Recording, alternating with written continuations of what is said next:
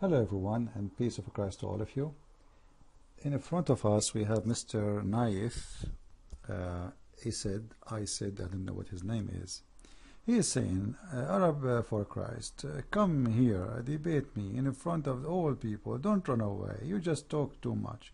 You know, I stay 4 hours, 6 hours sometime online, waiting for a Muslim to call me, and then he says, come here, debate me. Without any point. You said Jesus created Quran, talking about created from nothing, or Abraham also he gave life to the birds. If you use some verses, use it all. When you say Jesus the Father, I gave him all the authority, but you forgot that Jesus gave the authority to what? Let us see what more. To Peter. That means Peter now is your God. And number 23 does not say he is only not to lie. It says he is not a man or nor son of a man. Abdul, listen, the verse is there. Everybody can read it, and I don't want to use a bad word, but you are stupid. It says neither he is not a man who lie. What is special about the man? That he does lie. Now Jesus never lie. Same time, our God is not a man. Abdul, this is what Christianity teach. That means you are an idiot. Until now you do not know what Christianity is about. Not a single Christian believe that God is a man. The Bible from first verse in chapter 1 in John, verse number 1 and verse number 14, you can read all the way if you know how to read. It says, in the beginning it was the Word, and the Word was with God, and the Word is the God. And the Word, in verse number 14, became a flesh. Not God, not the flesh became God. So we don't worship the flesh of a man. We believe that God came to us in a form, in the likeness of a man, as it's written in the book of Acts.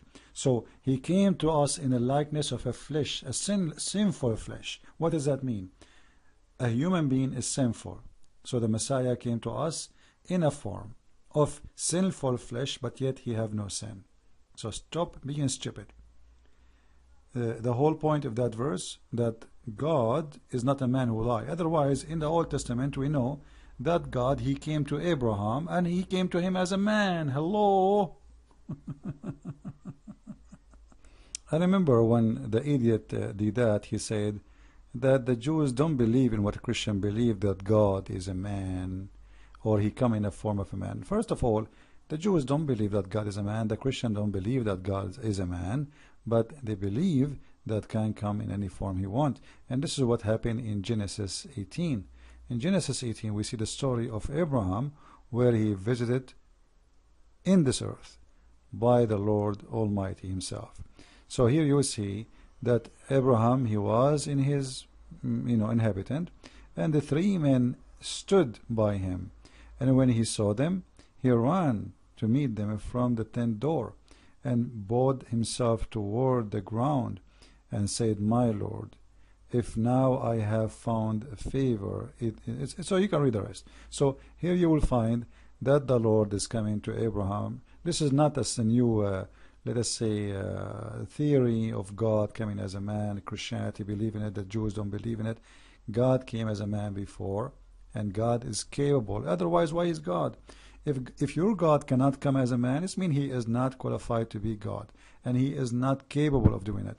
Now, if we go in the Quran, you mentioned to me that Abraham, he did give life. That's very stupid of you, and this is very insulting for your God. You are just saying, you are just claiming now that your God, he have partners who create lives additional to him. And now you added not only Jesus, so now you have Abraham. But before we go to Abraham, he said that Jesus, he gave the authority to Peter. You see, you just shot yourself in the foot, if not in the, because if Jesus gave the authority to Peter, how you explain to me Peter to be a prophet, but yet he gave authority to Peter? Do you see how stupid what you just said? You just proved to us that Jesus is God, because nobody can give authority to any man in earth unless he have the authority, and the one who have authority is God. And what Jesus gave to Peter, proving that the Messiah is the one who have the authority, for he is the divine God in earth. So he came to us in the flesh. So when Jesus speak about, I've been given the authority from my Father, he's speaking about the seed is flesh of a man. But I'm speaking to you with the authority, for I am the Word of God. And the Word of God is God. This is why when they said to him, why you don't show us the Father? And that's it. He said, me, like, don't you see me? And until now you did not know me. Until now you didn't. The one who see me, he saw the Father. The one who saw me, he saw God. So can Muhammad say the one who saw me saw Allah? Absolutely not. So you are wasting your time. Who in the world can say such a thing? That Jesus, he claimed that if you see him, you see God himself. So look what they said to him. He said, Jesus said unto him, I have not been so long time with you, and yet hast thou not know me? Now, what Philip asked the Messiah? Let us go and see the verse before it, better than just reading this verse. Let us see. If you read here, actually let me try to play the audio so we can hear together. Actually, I advise you to read it from the beginning of the chapter, and you will see that Jesus went like, I am the way and the truth. What the way, what truth? Truth is God. One of the names of Allah in the Quran is Al-Haq, and this is a name stolen from the names of Jesus, for he said, I am a truth. Al-Haq is a name of God, for nobody is the truth save God. Everything, you know what a truth means. Truth is something will never be demolished, something real, something is eternal. Like we can say, like he is saying the truth, this is true, but there is something, only one, it is the truth, which is eternal and nothing can change it, and that is God. So when Jesus says, I am the truth, and then Allah, Muhammad, God, he copied from Jesus saying, I am the truth, I am the way. You see, he didn't say, I am a prophet. He said, I am the way, I am the truth. He didn't say, God is the truth. He said, I am, for he is God. So then we will see that they wanted to know more. So Philip said to him, well, Lord. And the Muslims, they say, where Jesus being called God, and he announced himself to call God. God, Lord, here is God. Show us the Father. Okay, you are the Son of God, which means God in flesh. Can you show us the Father? The Almighty Father in heaven, he said, and that will be enough for us. Jesus said to him, have I been so long time with you, and yet hast thou not known me, Philip? What does that mean? Jesus explained. He said, he that has seen me had seen the Father. And you are asking me to show you the Father?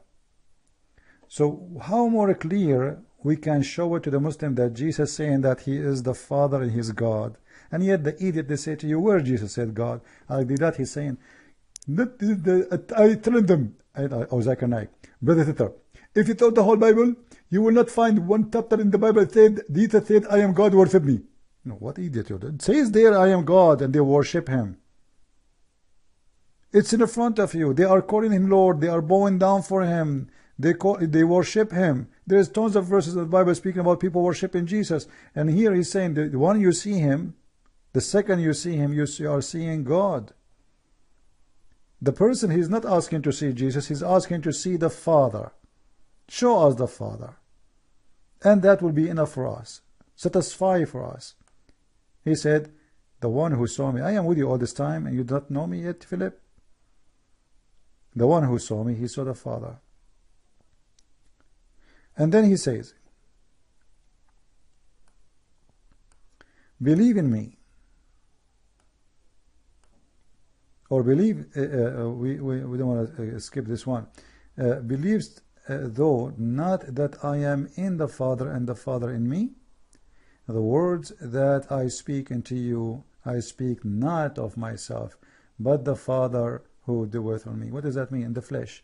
God in the flesh. The man speaking to you, he is not speaking of himself. Remember, the person is asking to see the Father, but yet you see Jesus, you see the Father. You hear Jesus, you hear the Father.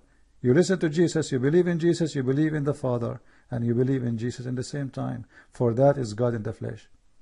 And then you say, you see, I verily I say to you. Now let us go here. Believe that I am in the Father and the Father in me. Can Muhammad says I am in Allah and Allah in me? Anyway, so if we go back here, we see this Abdul desperately trying to find and then this Muslim, he continues saying that in the book of Hebrew it says Jesus is the greater, and then in Moses than Moses, but in the book of in the Old Testament it says that Moses is the greater. I mean, how that can happen? And as I say always, Muslims, they have a lack of intelligence, because what you are seeing here, Abdul, let us say today is the year 2018, and I say there's no greater than me as a teacher for Islam.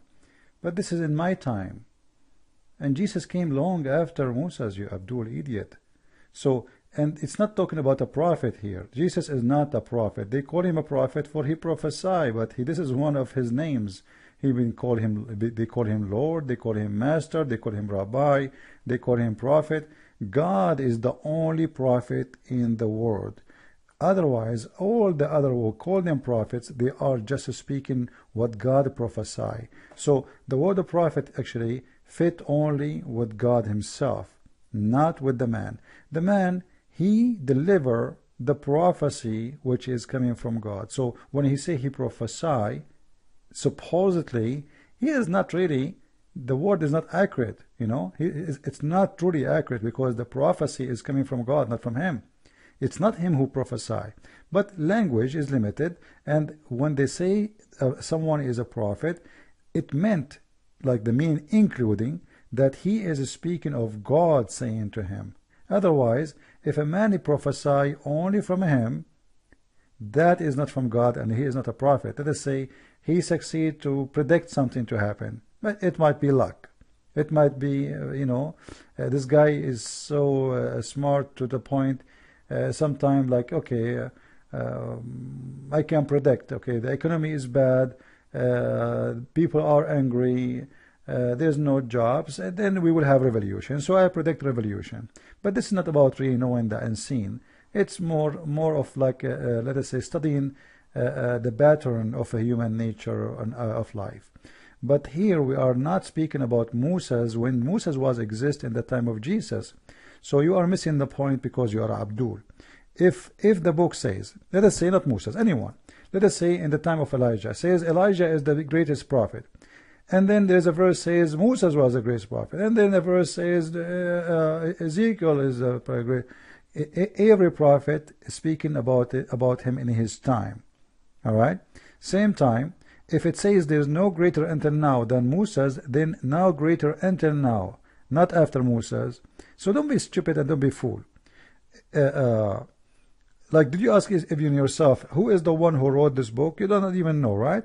Yeah, you're Abdul. So you are comparing between two things, they have no connection with them. Now, you said that Jesus, he did not abolish the law, and he said, I did not come to abolish the law, and that means that Moses is higher than him.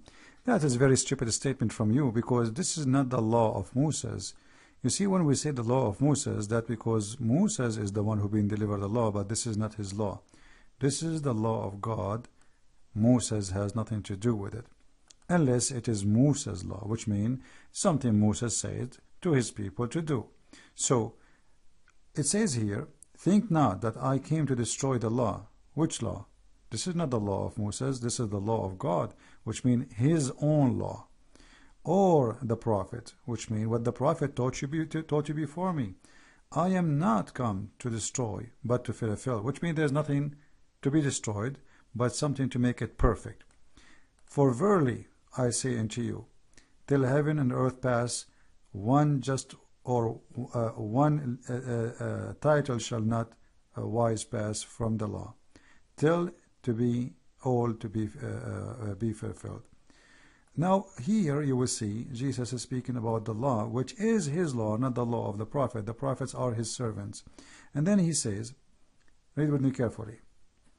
For I say to you that except your righteous shall exceed righteous of the scribe, the Pharisees, etc.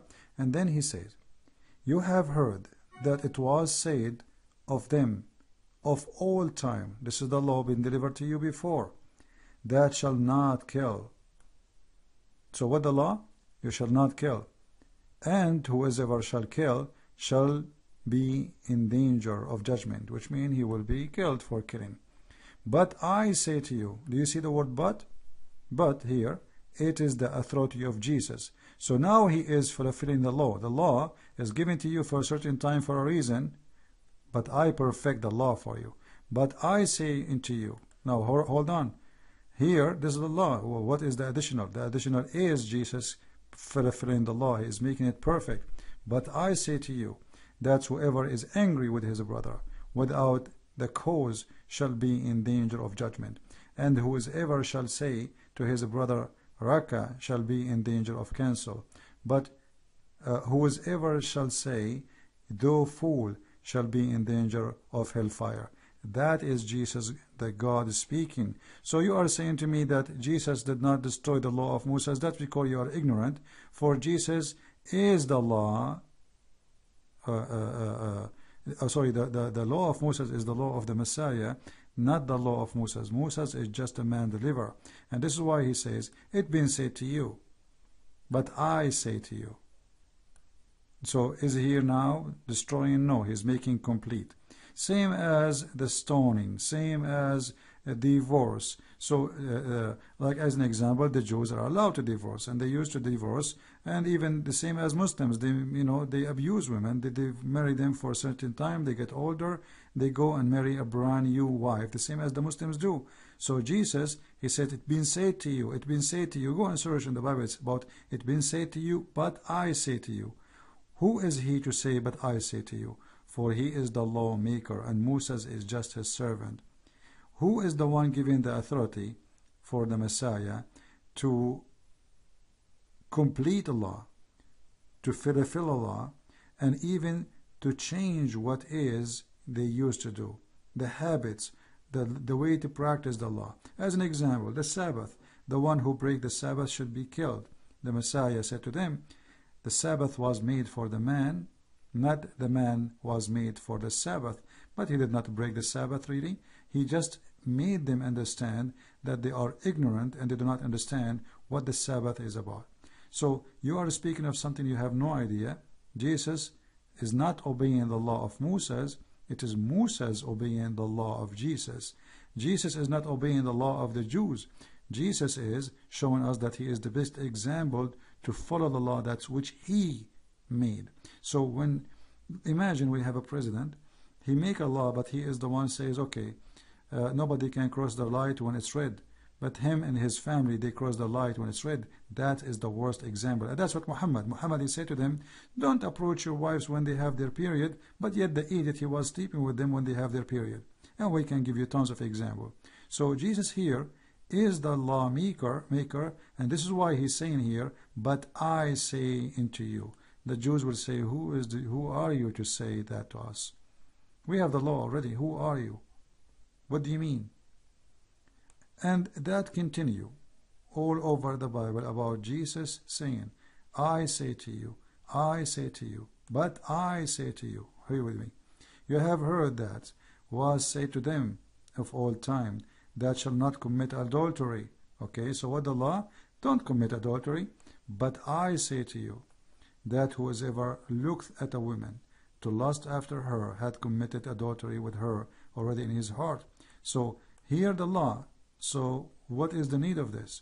For this is the law too.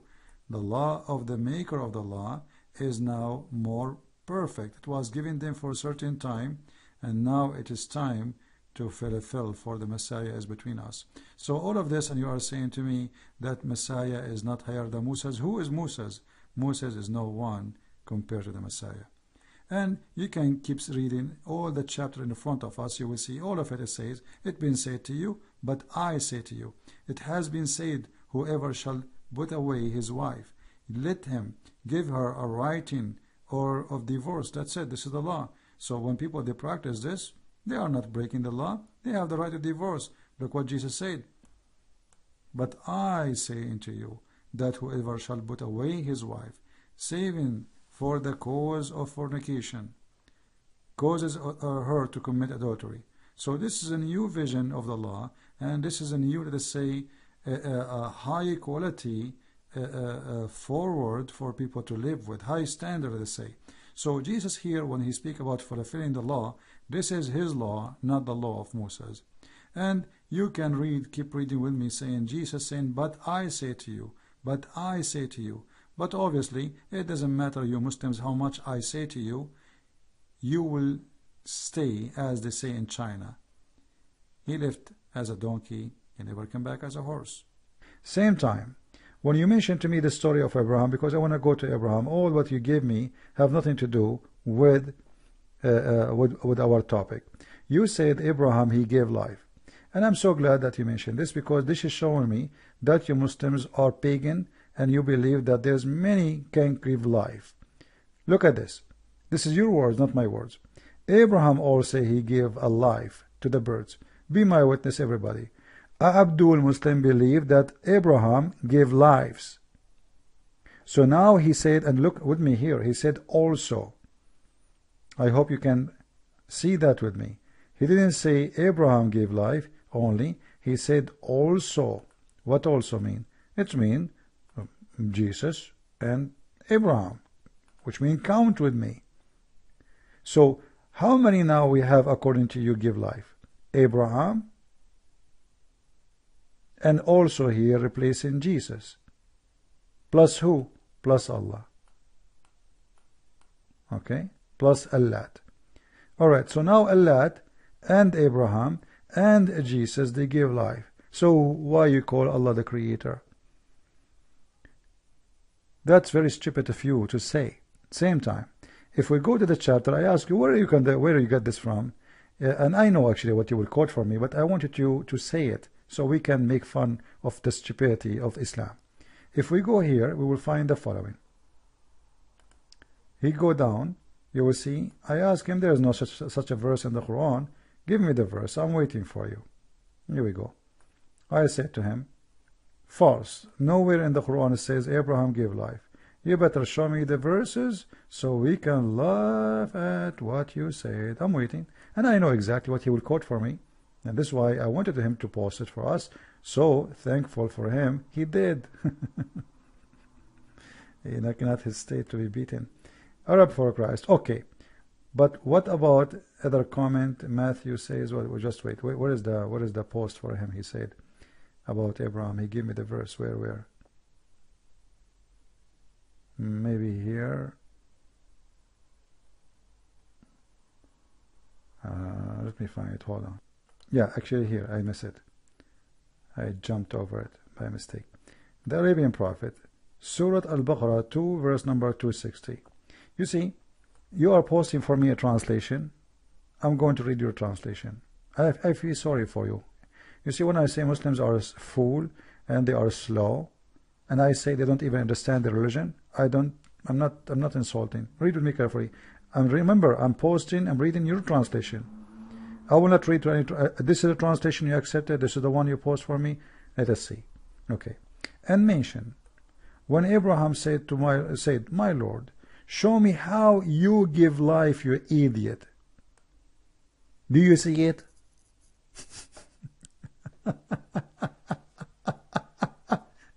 So how you say to me, also Abraham gave life? I mean, who is the dumb here? You Muslims, you are. What's wrong with you? Stop drinking camel urine. Abraham also, he gave life. But the verse you gave me, it says, Abraham said to Allah, Lord, show me how you can give life. And the story is very funny. Allah said to him, okay, go and get the 4 chicken. Four chicken? Why 4 chicken? I mean, can't you make it a 3 chicken? Why 4? Isn't it enough to make 1 chicken come back to life? Why 4? Honestly, I want any Abdul to explain to us why 4 chicken. So he said to him, my Lord, show me how you give life to the dead. Allah said, have you not believed? What a conversation, man. Allah, obviously Abraham don't believe. So he said, yes, I believe, but I ask that my heart may be satisfied. What? That's obviously you don't believe. You are testing God. You are telling him, prove to me that you are God. How? By making a foreign chicken alive. And look now what Allah said to him, the smart Allah. Okay, Allah. Okay, Abraham, go and get 4 chicken. Be sure they are roosters. By the way, they are roosters, not chickens. So Allah said, take 4 birds, 4 chicken, and cut them, slaughter them, and put them in the top of 4 hills. How you can find 4 hills, man? I mean, why I need to put them in hills? Can't I put them around me? Can I put them in a dish, 4 of them? I mean, what's the point of 4 hills? What does that mean? Stupid story. They will come flying to you in haste. So go and then call them. Don't forget to call them. He will say to you, see, he called them. Still, it is Allah. He gave the life according to the verse. The verse we speak about Jesus, Abdul, it was Jesus saying, I, not Allah. I. Do you understand? I forgot you are a Muslim. You understand nothing, you hear nothing, you know nothing. Let us move this thing here so people can read with us. Okay, so let us see how many I there is.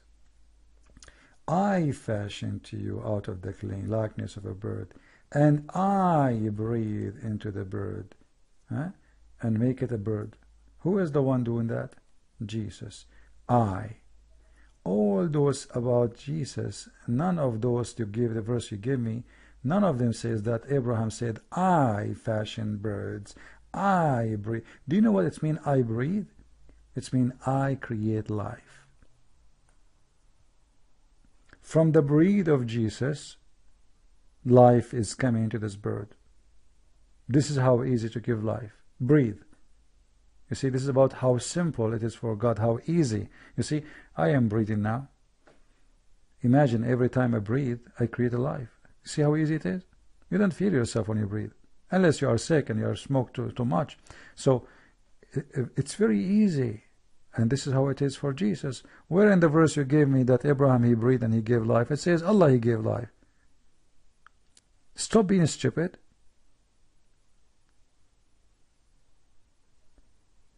And then you will say to me, okay, it's by Allah leave. Who care about saying by Allah? This is Muhammad saying that.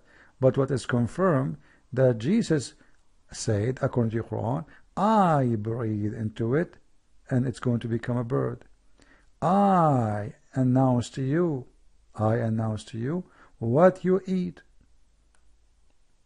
When they asked Muhammad about the future, he said, if I know the future, I will get the best of it for myself. Jesus, he knew even what you hide. He know the unseen. You see, this is not about prophecy no more.